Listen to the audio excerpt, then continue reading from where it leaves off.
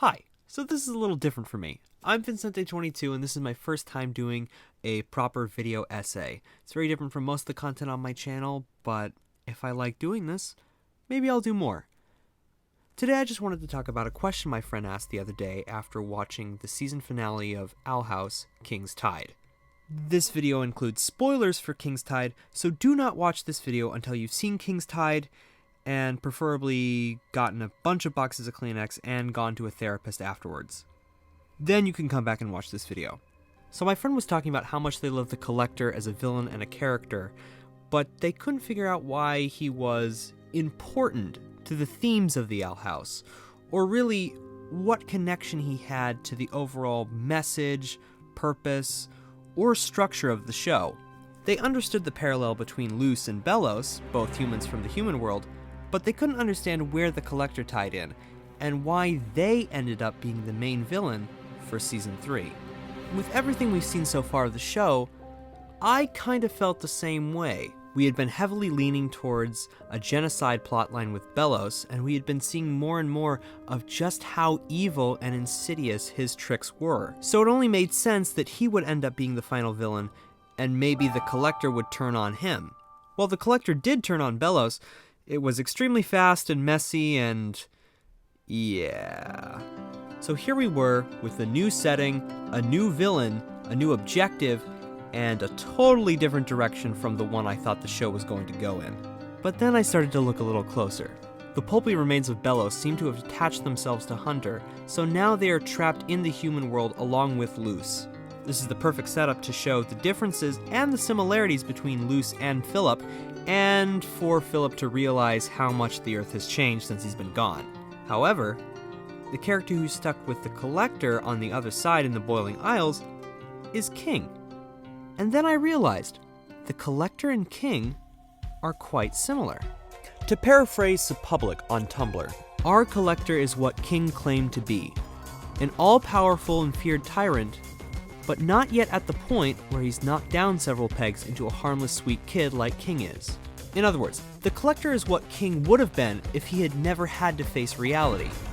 If King had grown into the power of a Titan and abused it, he'd be just like the Collector, without any knowledge or empathy of the people he's affecting. In reality, the Collector doesn't seem malicious like Luz remembers them.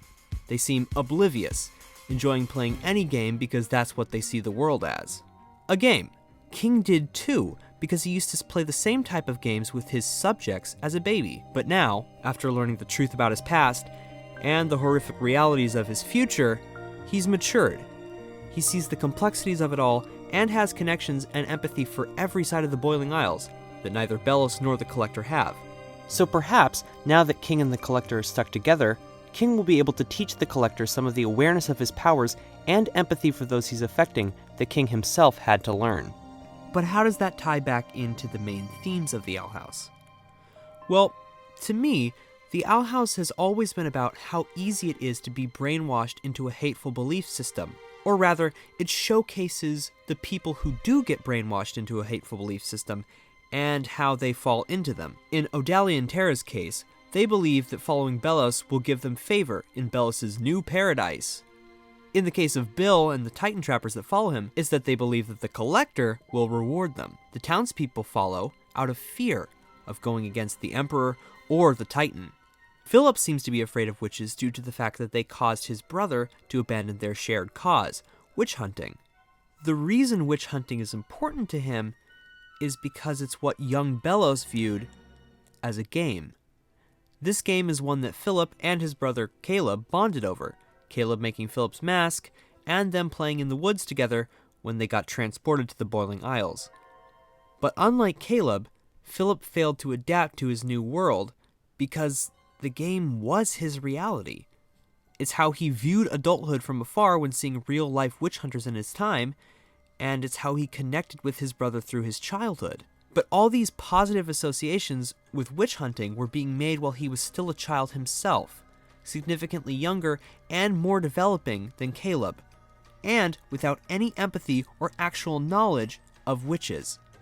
Until the Boiling Isles. He develops these hateful beliefs because that's all he knows. He never had anything challenge that belief because he never grew up. Just like Luz has this perfect magical fantasy of what witches are like before she arrives on the Boiling Isles, Philip has the reverse. He hasn't grown past the maturity of a young child seeing something new for the first time and being confused by it. Instead, he was thrown headfirst into a demon world with nothing natural about it at all, at least to him. I think a lot of us have a moment as children where something happens that we don't fully understand, and we might react in shock or disgust at it because we don't know what it means yet, or that we don't want to accept that it breaks a worldview we've had since we were children. Sometimes this can even be a person or an identity. We have to mature from that experience onwards as we grow up to understand that that worldview we had was incorrect. That identity, that person, that belief is just as normal as we are. But Belos never had a normal on the Boiling Isles. The status quo of the Boiling Isles was to him the non-normal. And the fact that there was no normalcy for him to latch onto made it impossible for him to accept the rest of the culture. This is a child who thought he would grow up into the greatest witch hunter the world had ever known and be rewarded for it, just like all of Belos' supporters on the Boiling Isles. But then Caleb stopped playing the game. From what we can see from the photographs, it appears that he fell in love with a witch, and to Philip, who had likely just experienced the worst of which kind, being cursed from what we can see of the order of the paintings, this was a betrayal. Spoilers for Book 3 of Infinity Train here, but this betrayal is quite similar to how Simon viewed Grace's realization of empathy as a betrayal because of how far she had led him down his military-like view of the world.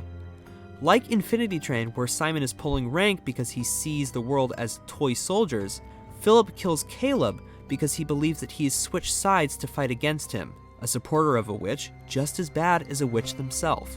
So now Philip's stuck, playing a game with literally no one who can play on his side because everything in this new world is heresy, sacrilege, evil to him.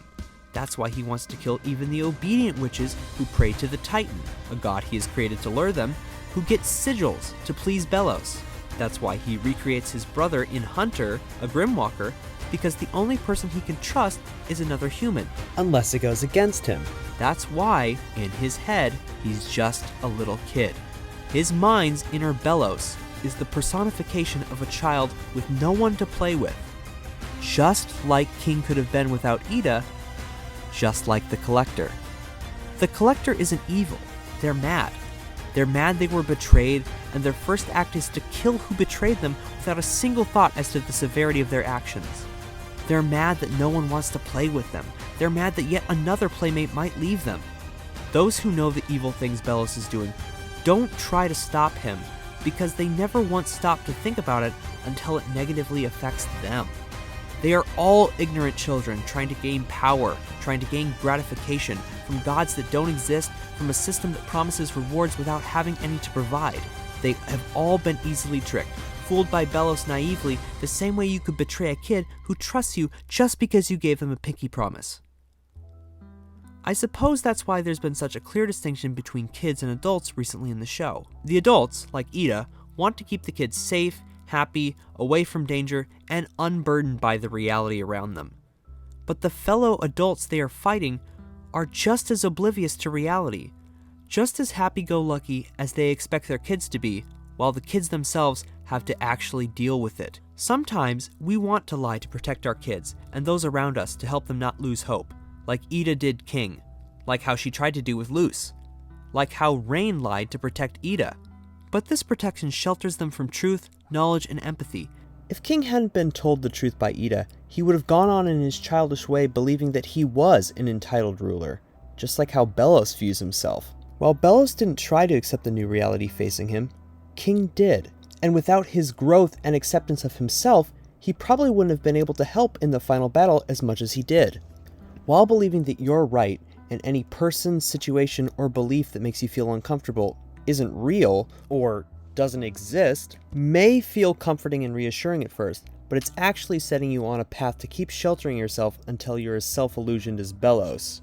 But now, with all the power of an adult, who can make decisions, who can aid armies, who can affect people, one might even say, with all the power of a kid, who can control the stars. Thanks for watching. I'm so glad that you sat through this, if you did, and You know, if this turns out well and I've enjoyed editing it and it makes some sense by the end, I might make another. I really love the Owl House. I really love a lot of things, and they're fun to talk about. Again, thanks for watching. Thanks to SipPublic on Tumblr.com. I'll link them in the description for giving me the idea that the king and collector were connected in the first place. And again, just thanks for watching. See you next time.